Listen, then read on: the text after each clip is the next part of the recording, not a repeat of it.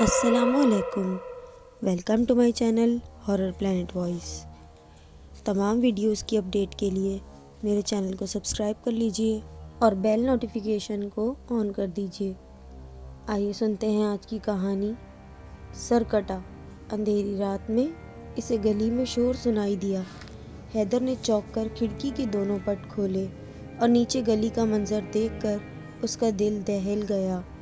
گلی میں ایک بغیر سر کے دھڑ یہاں سے وہاں بھاگ رہا تھا۔ یہ دیکھ کر اسے اپنا دماغ گھومتا ہوا محسوس ہوا۔ حیدر اکثر رات کو دیر سے گھر لوٹتا کیونکہ وہ قانون کی ڈگری لے چکا تھا اور پریکٹس کر رہا تھا۔ وہ حشام صاحب جو انہی کے ضلع کے جج تھے، ان کے ساتھ کیس ڈسکس کرنے میں اسے وقت کا پتہ ہی نہ چلتا کہ کیسے گزر گیا۔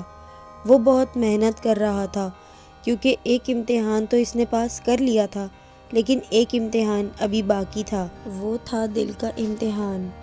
وہ اپنا دل اپنی کزن پر ہار چکا تھا اور اس کی کوشش تھی کہ وہ جلد ایک اچھے وکیل کے طور پر سامنے آئے اور پھر اسے اپنا ہمسفر بنا کر گھر لے آئے۔ اس کی ماں عالیہ روز اسے دیر سے آنے پر ڈانٹتی، لیکن وہ مسکراتے ہوئے یہی کہتا کہ میری مصروفیت اگر زیادہ بڑھ گئی تو پھر آپ کیا کریں گی؟ اس چیز کی عدالت ڈال لیں گے۔ اگلے 2 ماہ مجھے زیادہ دیر بھی ہو سکتی ہے۔ آنے میں یہ بات کہتے ہوئے وہ عجیب سے وسوسوں میں گھر گیا کیونکہ پچھلے کئی دنوں سے اس کے ساتھ عجیب و غریب واقعات ہو رہے تھے جن کا تذکرہ اس نے حشام سے کیا، لیکن ابھی ماں کو نہیں بتایا۔ رات جب بھی وہ کام کرنے کو بیٹھتا تو اس کے کمرے کی لائٹ کبھی جلتی کبھی بجھتی، کبھی اسے کسی کی ہنسی کی آواز سنائی دیتی، کبھی کسی نے رونے کی آواز آتی اور وہ اسے اپنا وہم سمجھ رہا تھا۔ اور حشام صاحب نے اسے کہا تم تھک جاتے ہو، شاید اسی لیے تمہیں ایسا لگ رہا ہے، لیکن وہ بھی حیدر کے بارے میں فکر مند ہو گئے تھے کیونکہ وہ یہی سوچ رہے تھے کہ کوئی غیر مرئی مخلوق نہ ہو جو حیدر کو تنگ کر رہی ہے۔ ان کا گھر بھی بہت عرصہ پہلے کا بنا ہوا تھا اور اب اس کی حالت بھی عجیب سی ہو گئی تھی کہ دن میں بھی وہ گھر عجیب سا خوفناک تاثیر دیتا تھا، لیکن وہ حیدر کو تسلی دے رہے تھے کہ اگر زیادہ مسئلہ ہے تو گھر بدل لو، ویسے پریشانی کی کوئی بات نہیں، سب ٹھیک ہوگا۔ اور حیدر کو ان کی باتیں سن کر وقتی طور پر تسلی ہوئی، مگر کچھ وسوسے اسے ابھی بھی اس کے ذہن میں تنگ کر رہے تھے کیونکہ حیدر جو پچھلے 1 ہفتے سے اس بات کو نوٹ کر رہا تھا کہ جب وہ گھر کی طرف آ رہا ہوتا ہے تو جیسے کوئی اس کا پیچھا کر رہا ہے۔ آج بھی جب وہ حشام کے گھر سے نکلا تو اسے پیچھے قدموں کی آواز سنائی دی۔ وہ اپنے سر کو جھٹکتا اور تیز تیز قدم اٹھاتا ہوا گھر کی طرف بڑھ رہا تھا، لیکن جیسے ہی اس نے اپنی رفتار تیز کی، اسے اپنے پیچھے آتے قدموں کی رفتار اور آواز تیز محسوس ہوئی۔ اپنی گلی کے نکڑ پر تھا، وہ پیچھے مڑ کر دیکھنا نہیں چاہتا تھا۔ کم کرنے کے لیے جلدی سے دروازے تک پہنچا اور ایک نگاہ پیچھے ڈالی، لیکن اسے نہ تو اب قدموں کی آواز سنائی دے رہی تھی اور نہ اسے کوئی نظر آیا۔ وہ تھوڑا خوفزدہ تو ہوا، لیکن اب وہ اپنے کمرے میں پہنچ کر جوتے اتارنے لگا کہ اسے گلی میں کسی چیز کے ٹوٹنے کی آواز سنائی دی، لیکن اس نے گلی میں کھلنے والی کھڑکی کو کھولا نہیں۔ اتنے میں اس کی ماں کھانا لے آئیں اور وہ کھانا کھانے لگا۔ ماں نے کچھ دیر بعد اسے چائے بنا کر پیش کی۔ وہ شکریہ کے ساتھ اسے وصول کر کے کچھ فائلز بھی اپنے سامنے کھولنے لگا۔ ماں نے اسے شب بخیر کہا اور اسے جلدی سونے کی تاکید کر کے چلی گئی۔ وہ چائے پی کر فارغ ہوا تو اس فائل کو کھولے کسی سوچ میں گم نظر آیا۔ کام کے دوران بیٹھے بیٹھے اس کی آنکھ لگ گئی۔ اس کی آنکھ کھڑکی پر کسی زوردار چیز کے ٹکرانے سے کھلی۔ وہ ہڑبڑا کر اٹھا اور کھڑکی کی طرف گیا، لیکن کھڑکی بند تھی۔ وہ یہی سوچ رہا تھا کہ اس وقت کون ایسی شرارت کر سکتا ہے۔ اس نے کھڑکی کھول کر دیکھا، باہر کوئی نہیں تھا۔ اس پر نیند غالب آ رہی تھی، اسی لیے وہ جلدی سے بستر میں گھسا اور کچھ دیر میں نیند نے اسے اپنی آغوش میں لے لیا۔ وہ مسلسل ہونے والے ان واقعات سے کچھ پریشان تو تھا، اور آج جب وہ رات کے 12 بجے حشام کے گھر سے نکلا تو اسے عجیب سا خوف محسوس ہوا، لیکن وہ خود کو بہادر تصور کرتے ہوئے تیز تیز قدم اٹھاتا گھر کی طرف بڑھا۔ لیکن آج بھی حسب معمول اسے اپنے پیچھے قدموں کی آواز سنائی دی۔ حیدر نے رفتار تیز کی، لیکن اس کا دل بری طرح دھڑک رہا تھا۔ وہ قرآنی آیات کا ورد کرتے ہوئے حشام صاحب کے محلے سے نکل آیا۔ اپنے محلے تک پہنچتے پہنچتے اسے لگ رہا تھا کہ اس کے پاؤں من من کے ہو گئے ہیں، جو کسی صورت آگے نہیں بڑھ رہے، بلکہ وہ جتنا جلدی گھر پہنچنے کی کوشش میں تھا اتنا ہی اسے چلا نہیں جا رہا تھا، اور تھوڑی دیر دور جانے کے بعد اسے یوں محسوس ہوا کوئی اس کے ساتھ ساتھ چل رہا ہے۔ اچانک اس کے کان میں ہلکی سی سرگوشی ہوئی، حیدر۔ حیدر کے تو پسینے چھوٹ گئے۔ اب وہ تقریباً بھاگ کر گھر پہنچا۔ اس کی ماں جو اس کے انتظار میں جاگ رہی تھی، حیدر کو اس طرح خوف زدہ گھر میں آتا ہوا دیکھ کر پریشان سی ہو گئی۔ حیدر کا تو سانس بحال نہیں ہو رہا تھا۔ اس نے پانی مانگا تو اس کی ماں نے فوراً پانی لے آئی۔ حیدر کی حالت کو دیکھ کر پوچھنے لگی، کیا ہوا بیٹا؟ اتنے ڈرے ہوئے کیوں ہو؟ کچھ ہوا ہے کیا؟ وہ ماں، وہ آج نہیں، کئی دنوں سے مجھے لگ رہا تھا کہ کوئی میرا پیچھا کر رہا ہے۔ کون پیچھا کر رہا ہے؟ تم جانتے ہو کیا اسے؟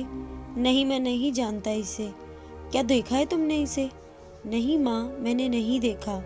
پھر تمہیں کیسے پتا چلا کہ کوئی تمہارا پیچھا کر رہا ہے؟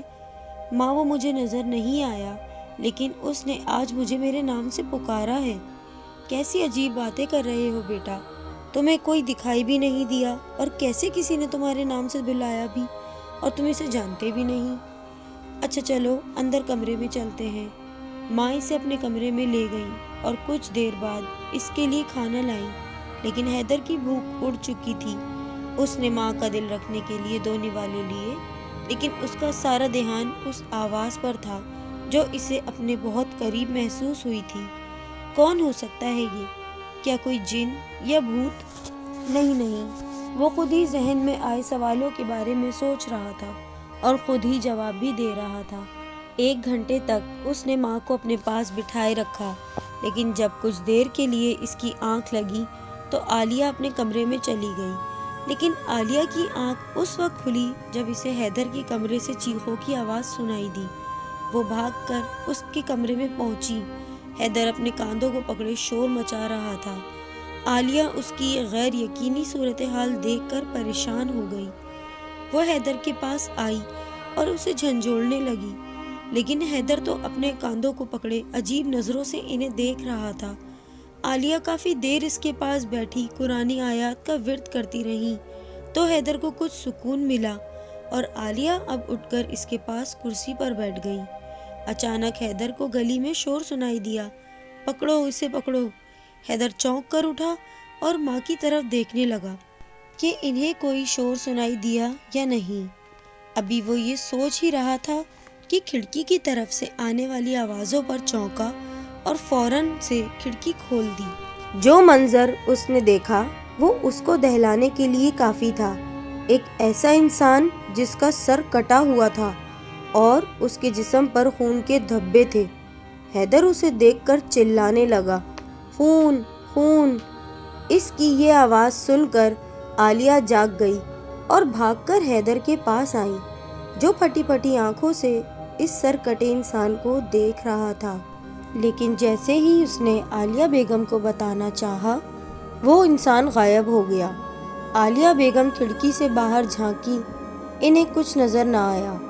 وہ حیدر کو بستر پر لائیں اور اسے تسلی دینے لگیں کہ باہر کوئی نہیں تھا، لیکن حیدر اس بات کو ماننے کے لیے تیار نہیں تھا۔ اس نے ماں کو زور سے پکڑ لیا اور چلانے لگا، خون خون ہے، وہاں خون ہے، وہاں سچ میں کوئی تھا ماں، میرا یقین کرو بیٹا، لگتا ہے تم نے کوئی ڈراؤنا خواب دیکھا ہے۔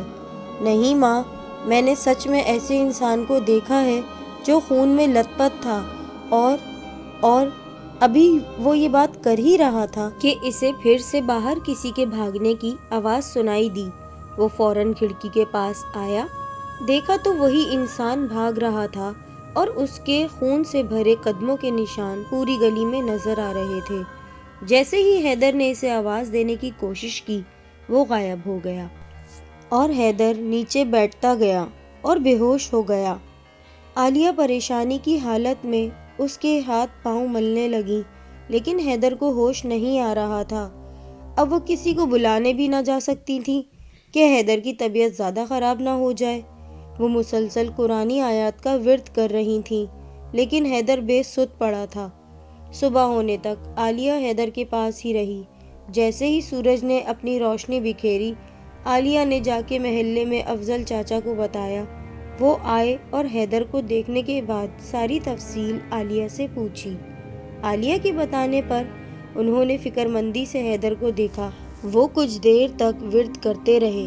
اچانک حیدر نے آنکھیں کھول لیں تو افضل چاچا نے اس کی طرف دیکھ کر کہا، کیوں برخوردار، کیا ہوا ہے؟ کیوں ماں کو پریشان کیا ہے؟ میں نے تو پریشان نہیں کیا۔ پھر یہ کیا بتا رہی ہیں؟ تمہیں عجیب سے خواب آ رہے ہیں؟